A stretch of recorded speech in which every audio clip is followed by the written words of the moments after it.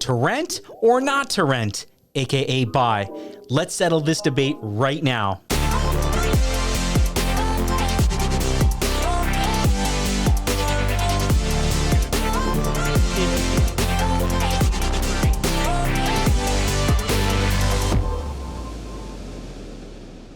Hey everyone, Steve Kim here, Royal LePage Signature. Let's finally settle this debate on if you should either rent or not rent, aka buy, in Toronto. So let's get right into it. So today I want to highlight the pros and cons of renting, and then I'm going to hit you with the pros and cons of buying. So let's get right into the renting side. So the pros of renting. Number one, less worry about maintenance. Look, while you should, of course, always take care of your residents with respect, extensive maintenance really isn't your responsibility. So for whatever the case, the fridge breaks down, the dishwasher breaks down, the stove, the microwave, whatever the case may be, you're not really responsible for that unless you've been negligent and you've been doing things you shouldn't be doing with those appliances.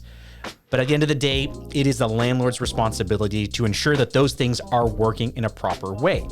Number two, short-term commitment. If you're a renter, you absolutely understand what this means. Renting doesn't involve a long-term commitment unless you want it to be. And as well, if you don't have any commitment issues, you can go rent as long as you want. You know what I'm talking about. However, that being said, lease agreements are very much the norm in Toronto, with short and long-term options available for the type of renter that you are. This may be preferable if you're just settling into the city, #the6, and you're wanting to get a feel for different neighborhoods. You may want to rent for a few years in different areas until you finally settle in a neighborhood that you want to sow some roots in. Number three, another pro of renting is cheaper monthly payments. Rent on a one-bedroom in Toronto right now, November 2020, is just under $2,000. Of course, the important thing to remember is that rent is money you'll never see again. So people always talk about renting as like wasting or throwing money out the window. I'm not going to say it's really throwing out the window. You got to live somewhere. So I wouldn't really position it in a way that like you're just throwing this money away to the wind, never to be seen again. You'll never see it again anyways, but still you need to put money aside for renting. So I don't think it's really money that you're wasting. Still, renting can also make sense if you're strapped for cash or you don't earn enough money right now to get a mortgage approval in place. And the last pro of renting is flexibility. And this is really, really important because rental properties are only temporary.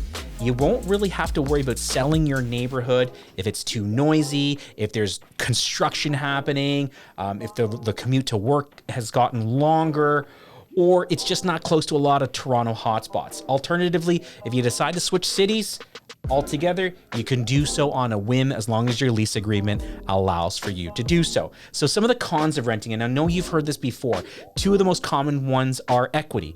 Equity can't be built. Even though renters don't take out a mortgage or even foot the bills for maintenance, they won't be able to build equity either. Instead, the monthly payment goes to the property owner who makes money, pays down the mortgage, gets wealthier, they're able to take that money and invest in other things. Number two, another con is rental money can never be recovered. So that being said, I wanted to just go back to one of the pros in that I don't want you to think of like rental money you're just throwing out the window and you're never seeing it again. No, you got to live somewhere. So you got to take into account that your living expense is going to come from somewhere. Now, when I mean that rental money can never be recovered is you're giving the rent to someone to never be seen again. That money's not really going towards building equity as if you were like you would if you were buying a house. So that's what I mean about rental money can never be recovered. Number three, the rent most certainly will increase. And so in 2020 in Toronto, the average rent could go up 2.2% over the course of 2020. Thankfully, in 2021, because of everything that's been happening with COVID-19, the government has mandated a rent freeze for 2021. Yes, I said a rent freeze, which is nice. Now, the pros of buying a property in Toronto.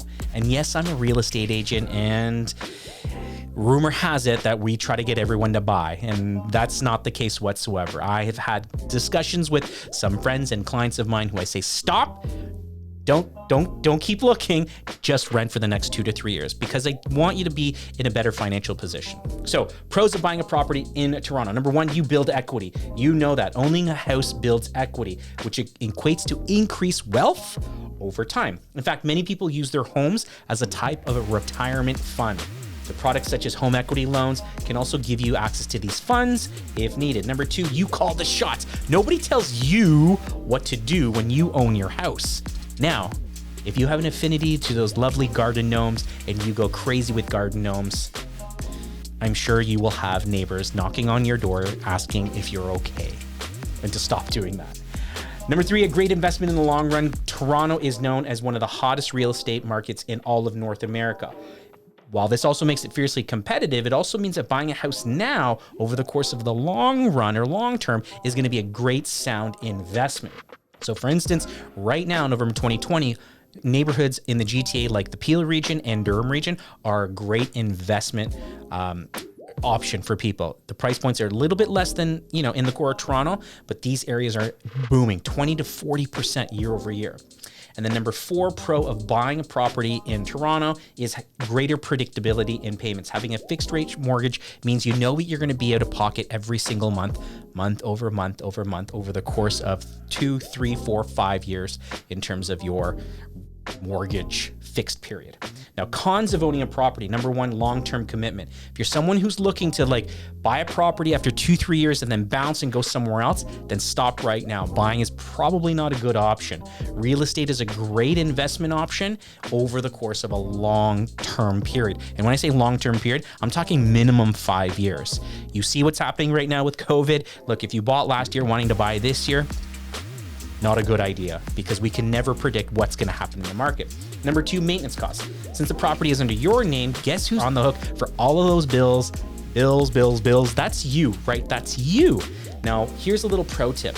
I say put aside 1 to 2% of how much you spend every year on the housing expenses, and take that 1 to 2% and save that as an emergency fund for things that may happen to your house, like a leaky roof, appliances, whatever the case may be. So you have a nice, cushy emergency fund. Number 3, another con of owning a property are their high upfront costs.